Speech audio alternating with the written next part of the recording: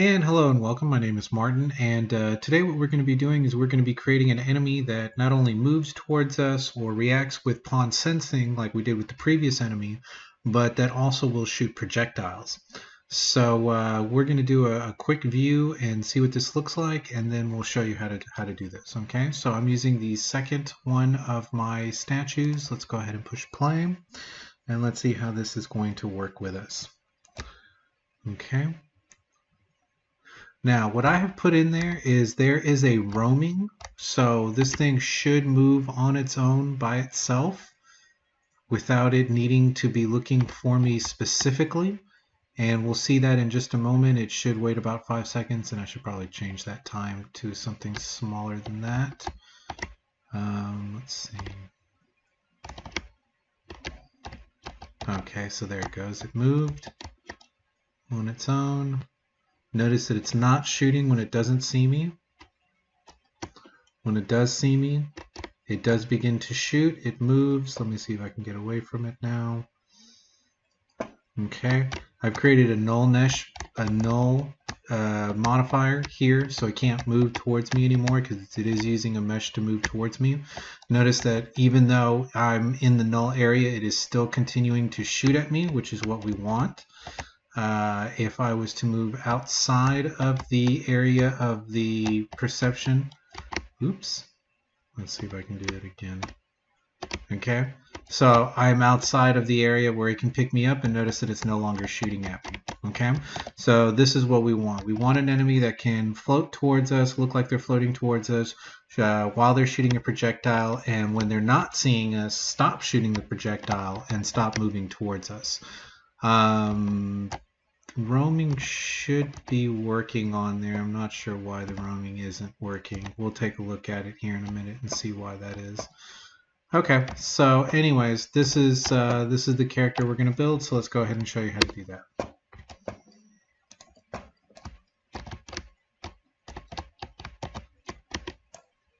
Okay, so I'm just going to put my guy back.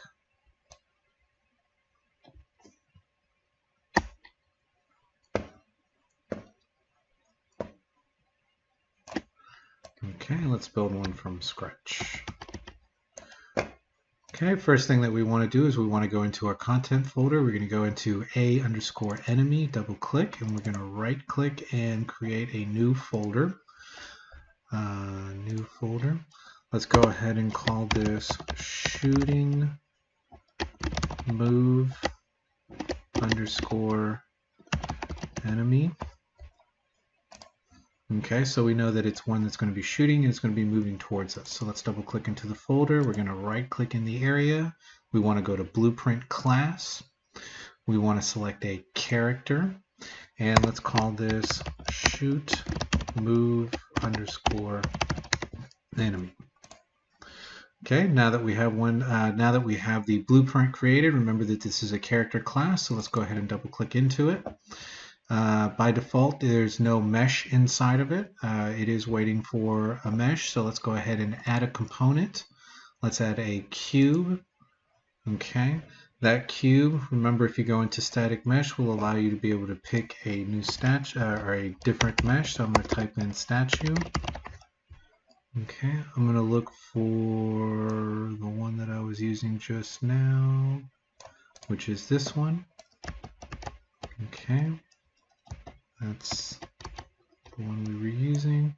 It's starting to fill in with the compilers. While it's doing that, I'm going to adjust this so that it's more in the center. Okay, we'll wait for some of those. Why is that basic? Okay, let's type in statue.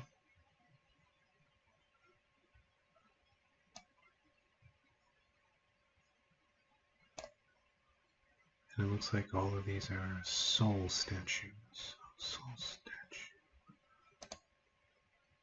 Okay, so once we have that, once we have the mesh and once we have the materials there, the next thing that we want to do is go ahead and add a couple of more components. So let's add our pawn floating. So floating pawn movement.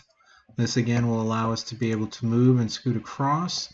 From there, we're going to need another component, which is going to be pawn sensing. So let's go ahead and type in pawn, and there's pawn sensing. And remember that with pawn sensing, you have to hit compile and save. So then that way you can see the rays of the rays of the sensing coming out. We're going to type in 0 for hearing, 0 for that. Let's say we type in 1000 for the pawn sensing, or for the sight radius, and let's put this to 45 so that it's going to be directly in front of the enemy. Okay, from there I don't need it to hear anything, so I can turn that off. One less thing going. Okay, let's go ahead and hit compile and save. Okay, so now that we have the pawn sensing where we want and the shape and the distance that we want, the only other thing that we want to do is we want to come up here to the components panel, click on shoot move enemy, and we want to double check and make sure that its AI controller class is set to AI controller and that it's going to happen when it's placed or spawned into the world. So let's go ahead and hit compile and save again, and we will now be able to go ahead and start writing in our code. So let's click on the event graph, and we are not going to need the tick and this for right now. We will use the event begin play, but we're not going to start with that first. We're going to create a custom event, so let's right click and type in custom event. Let's call this roam. Now, basically what we're going to do is we're going to create a condition where the enemy is moving on its own. It doesn't need us to tell it when to move. So unlike the statue, where the statue was stationary until we crossed into its path, this thing is going to be moving around, and if we happen to walk in front of its path, that's when it's going to sense us, and then it's going to start chasing us instead of roaming around. So we have to create a condition for roaming. We're going to need to create a condition for chase, and then we're going to need to create a condition where it constantly keeps looking for the pawn sensing. It takes pawn sensing into account as it's roaming around, and if it sees us, then it goes to chase, right? So let's do the roam first. And honestly, we're going to do this part in part 1, and then we're going to do the shooting in a secondary part, because this is already going to be long enough. And the shooting, we'll have to do some extra things for it too. So this will be the first half then. So let's go into roam. Let's click out of roam, and let's type in AI to move. Okay. So basically what we're saying is we're going to roam, and when this roam event happens, we're going to move to somewhere. And last time, the controller is going to be the pawn, so we can type in self. Well, if I could spell.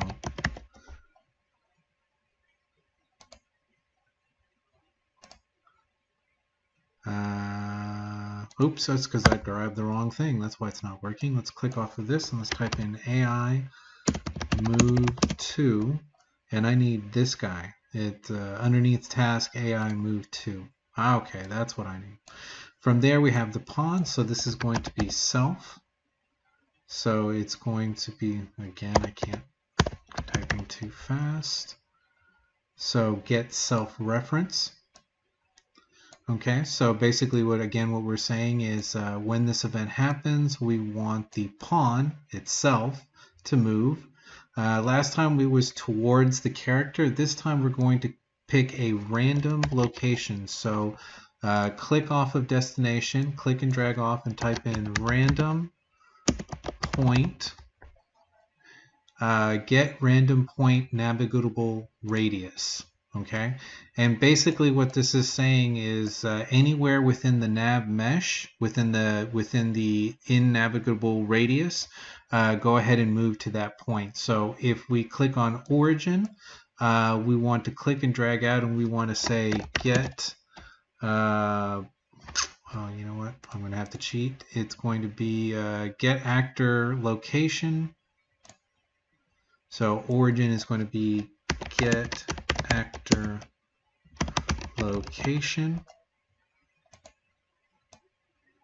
And then again, this is going to be another self. So I'm going to click here, Control C and Control V, and then paste that in. Okay, so let's make this look a little prettier. All right, so basically what we're saying is when the event starts, move the pawn, which is the statue, right? The moving, shooting statue. Find a random point within a radius away from itself, from the actor, which is the statue. So let's pick a radius, let's say a random radius of 1,000.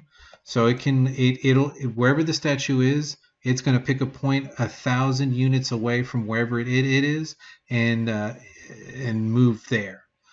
All right. So once we have that done, the Roam is ready, but we don't have it attached to the begin play. So we want this to happen. We want this to start based on when we actually push start as the player. So what we want to do is underneath graphs, you'll see event graph, and we want Roam. So we're going to click on Roam and drag it up here. And what this Roam is a copy of this custom event, but when we drag it in here this way, it becomes a way to be able to attach, like, let's say, this event to that event through the Roam. Okay. So let's go ahead and check and see if this is working. So let's push play and save.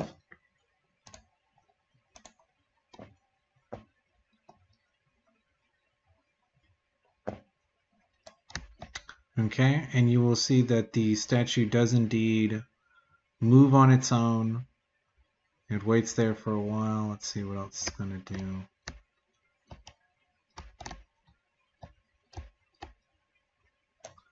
That might be waiting for too long.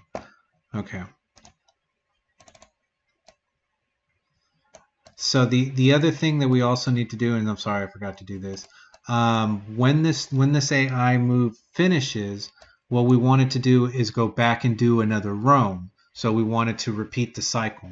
So what we could do if we wanted to back here is we could create like a pause or a delay, so then that way there's a few seconds before one move and the other move, so it clearly feels like the character is moving from one location, or stopping, looking, and then moving.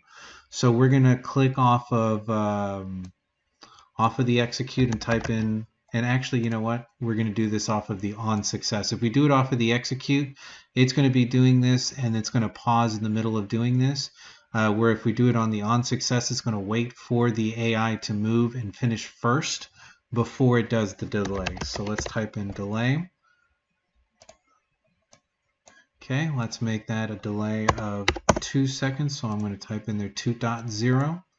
And then on completion, we're going to want this to go back to Roam. So I'm going to grab Roam again, and let's connect that to Roam. Okay. So let's look at this one more time. When the game starts, go to Roam. Roam is an event. It's going to move the pawn to a random location 1,000 units away from wherever the statue is at that moment. When the AI successfully finishes that move, it's going to wait 2 seconds, and then it's going to do it again. It's going to do Roam one more time. And that means that it's doing an infinite loop because it just keeps going back and doing it again. So let's hit save. Let's hit play.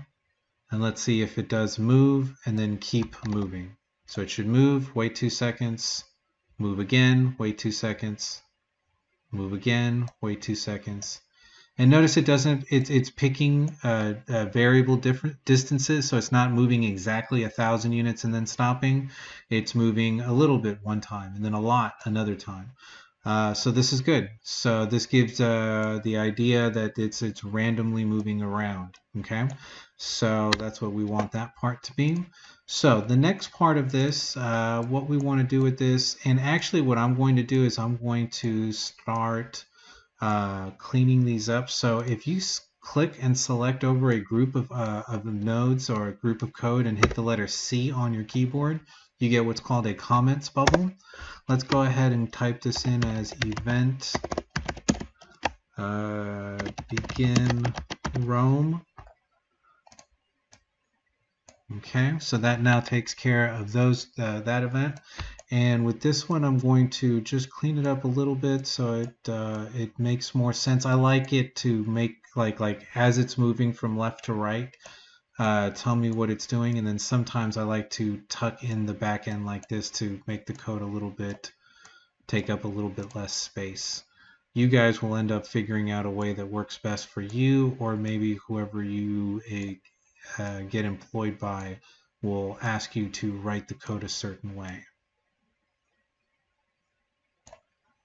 So that takes up less space. Okay, we'll select all that together. We'll hit the letter C, and we'll say that this is the Roam event random point. All right, so now this is really nice because we can keep track of those pieces of the code. Okay, so the next one is going to be another custom event. So let's right click, and we're going to type in custom event. We're going to add a new one. This one we're going to call chase. So we're going to be chasing the character, right? So off of chase, we're going to again type in, oops, and I'm going to cheat. Yep, chase is going to be AI. Okay. So we're going to click off. We're going to type in AI move to. And again, we want the same one from above. So this one, we're going to make the pawn self. And I did it again. So gets reference to self. Okay. The destination, so we have the ability of either picking a destination or picking a target. So the target that we want this to go to is get player character.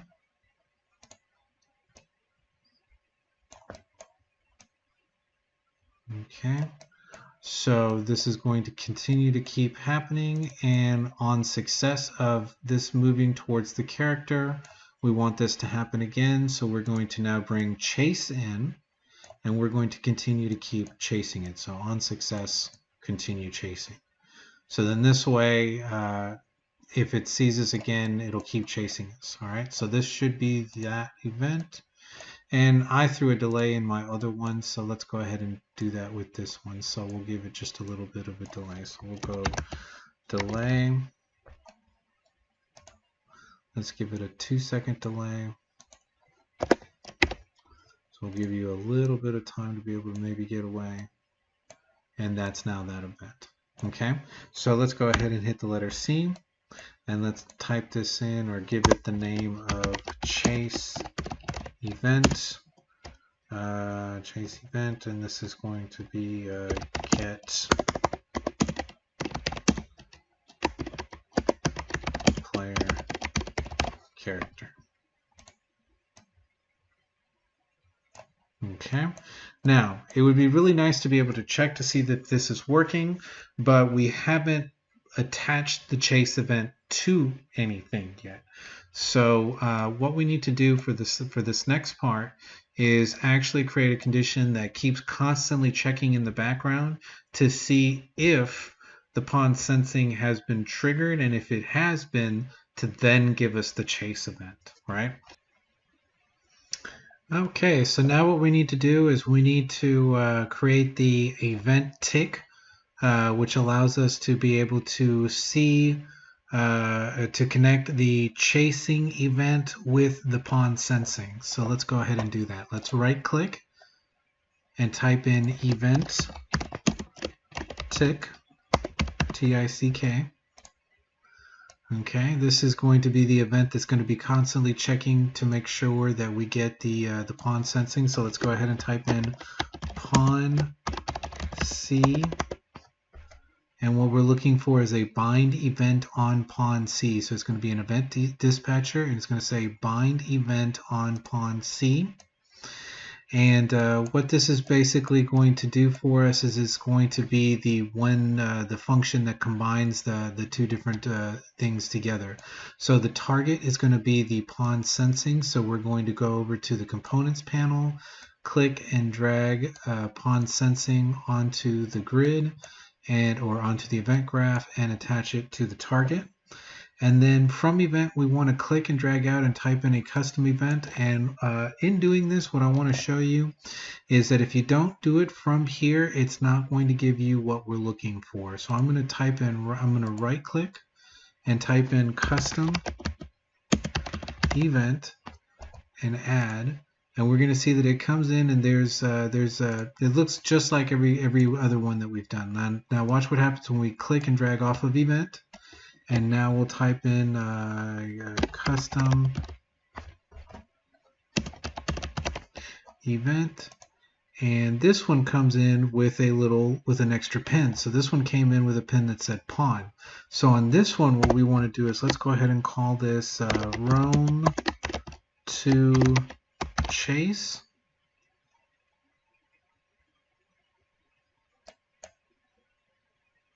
Okay, so I'm just going to close that, and I feel like I shouldn't have that name in there yet, so let's type that in. Let's try that again. Roam to chase, and I'm just going to call it 1 since it may be seeing a previous version of something that I did earlier. Okay. So you can call it roam to chase. I'm going to call it roam to chase 1 because my code is liking that.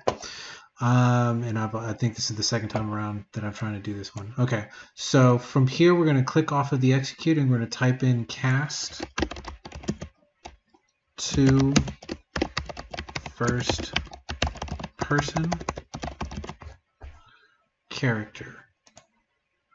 Okay, we're going to attach the pawn to the object. And from here, the last thing that we need to do is put chase on the end. So we're going to go into the event graph. We're going to grab chase, and we're going to add this to the execute node of the cast to first person character. So essentially what we're saying is keep checking all the time. When you find that the pawn sensing sees the pawn, which is us, create an event called roam to chase or go to it, and we're going to bind those things together, and this roam to chase is going to be connected to the first person character, which is what it's chasing, which is the pawn, so it knows what to chase, and then it goes into chasing mode. So let's hit compile and save. And let's double check and see if this actually works. And if you want to, go ahead and hit Control C and comment that. And let's type this in as event tick bind pawn C with chase event. Compile, save. And again, I've written new code, so I'm just going to be safe and drop a new fresh one out there. Go ahead and turn them around. We're going to push play. And indeed, we see them moving around. They are picking random locations. They're waiting 2 seconds. Now let's see what happens when they see us. They start chasing us because we are in their field of view. I'm going to move out of the net. I'm going to move into the null mesh so that they can stop chasing me. I'm going to move out of its field of view.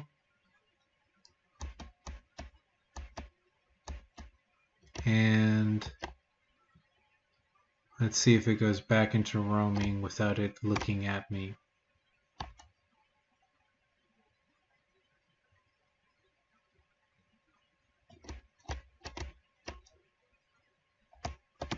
Okay, so it seems like it didn't go back into roam.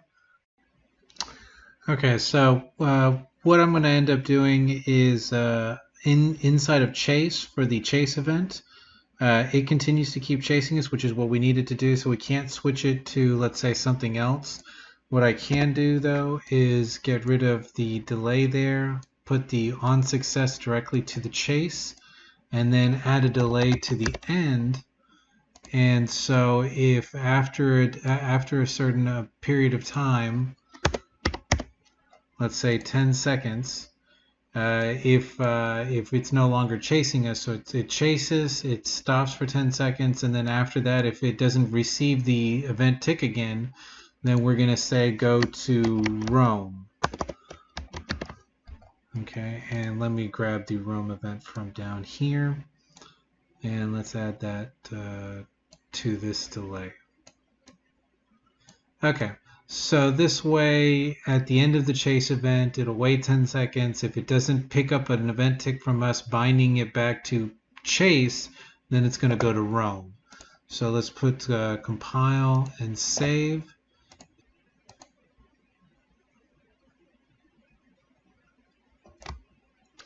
Okay, so we see that the statue is moving. It's pausing 2 seconds, it moves. Let us go get in its way so that it actually sees us. Okay, it's chasing us. It'll probably chase us for about 10 seconds if we don't get it out of its path. There it goes. It waited 10 seconds and then it chose a random point. And there we go. We can lose it that way. Oops, let's try to get it.